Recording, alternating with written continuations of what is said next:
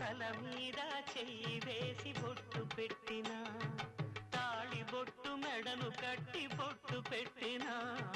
తల మీద చెయ్యి వేసి బొట్టు పెట్టినా తాళి బొట్టు మెడను కట్టి బొట్టు పెట్టినా సన్ని కళ్ళు తొక్కినా సప్త పదులు మెట్టినా మనసు మనసు కలపడమే